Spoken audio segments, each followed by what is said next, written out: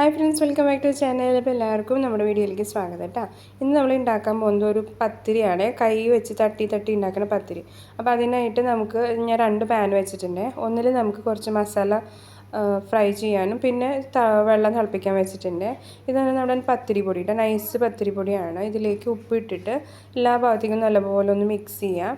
അതിന് ശേഷം നമുക്ക് ചൂടുവെള്ളം കുറേശ്ശെ ഒഴിച്ചിട്ട് പത്തിരിക്കൊക്കെ കുഴയ്ക്കൂല്ലേ, ഇടിയപ്പത്തിനൊക്കെ അതുപോലെ കുഴച്ച് നല്ല സ്മൂത്താക്കിയിട്ട് ഒരു ബോൾ പോലെ ആക്കി വയ്ക്കാം.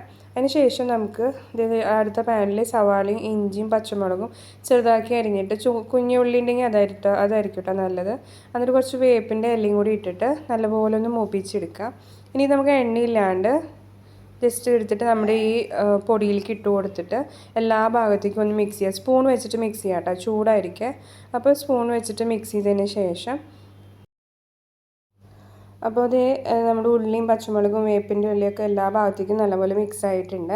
ഇനി നമുക്കിത് ഒരു ബോൾ കുറച്ച് വലുപ്പത്തിൽ തന്നെ ഒരു ഉരുളി എടുത്തിട്ട് ഇതേപോലെ ഒന്ന് തട്ടി കൊടുക്കട്ടെ. ഒരു കട്ട്ലറ്റിൻ്റെ ഷേപ്പിലാക്കിയതിന് ശേഷം നമ്മൾ ഈ ചൂടായ പാനിൽ കുറച്ച് എണ്ണ തേച്ച് കൊടുത്തിട്ട് ഇതിങ്ങനെ കൈ കൊണ്ട് തട്ടിപ്പത്തിരി എന്നൊക്കെ പറയും കേട്ടോ, കൈപ്പത്തിരി എന്നൊക്കെ പറയുക. അപ്പോൾ ഇതിങ്ങനെ പോലെ പ്രസ് ചെയ്ത് നമുക്ക് പറ്റാവുന്നിടത്തോളം പരത്തിയെടുക്കുക. അധികം കട്ടി കുറയ്ക്കണ്ട, അത്യാവശ്യം കുറച്ച് കട്ടി ഉണ്ടായാലും കുഴപ്പമില്ല കേട്ടോ. അങ്ങനെ നല്ലപോലെ എല്ലാ സൈഡും മിക്സ് ചെയ്തിട്ട് ഒരു പത്തിരിയുടെ ഷേപ്പിലാക്കി എടുക്കുക.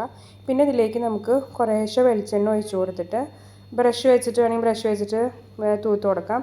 അല്ലാന്നുണ്ടെങ്കിൽ ജസ്റ്റ് ഇങ്ങനെ സ്പൂണിൽ കുറച്ച് വെളിച്ചെണ്ണ തന്നെ യൂസ് ചെയ്യുന്നത് കേട്ടോ. എന്നാലാണ് നമുക്ക് നാടൻ പത്തിരിയുടെ ഒരു ടേസ്റ്റ് വരിക. ഇനി ഇത് തിരിച്ചും മറിച്ചിട്ട് കൊടുത്തിട്ട് നല്ല ഗോൾഡൻ ബ്രൗൺ ആവുന്നവരെ മറിച്ചിടാം.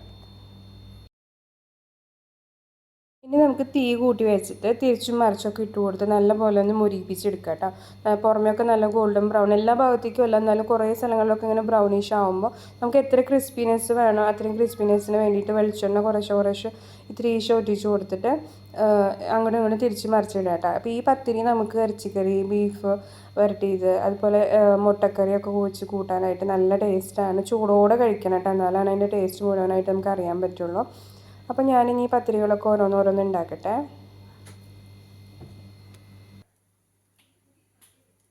അപ്പോൾ ഈ കൈപ്പത്തിരി നമ്മളിങ്ങനെ തട്ടി കൊടുക്കുമ്പോൾ നമ്മുടെ കൈ ചൂടൊക്കെ ആവും കേട്ടോ. അധികം ചൂടാവുമ്പോൾ നമ്മൾ ജസ്റ്റ് വെളിച്ചെണ്ണ തൊട്ടിട്ട് പ്രസ് ചെയ്ത് കൊടുക്കുക. എന്നിട്ട് പെട്ടെന്ന് ചെയ്യണേ.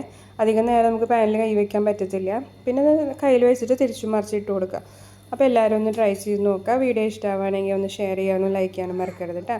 അതുപോലെ തന്നെ ചാനലൊന്ന് സപ്പോർട്ട് ചെയ്യണേ.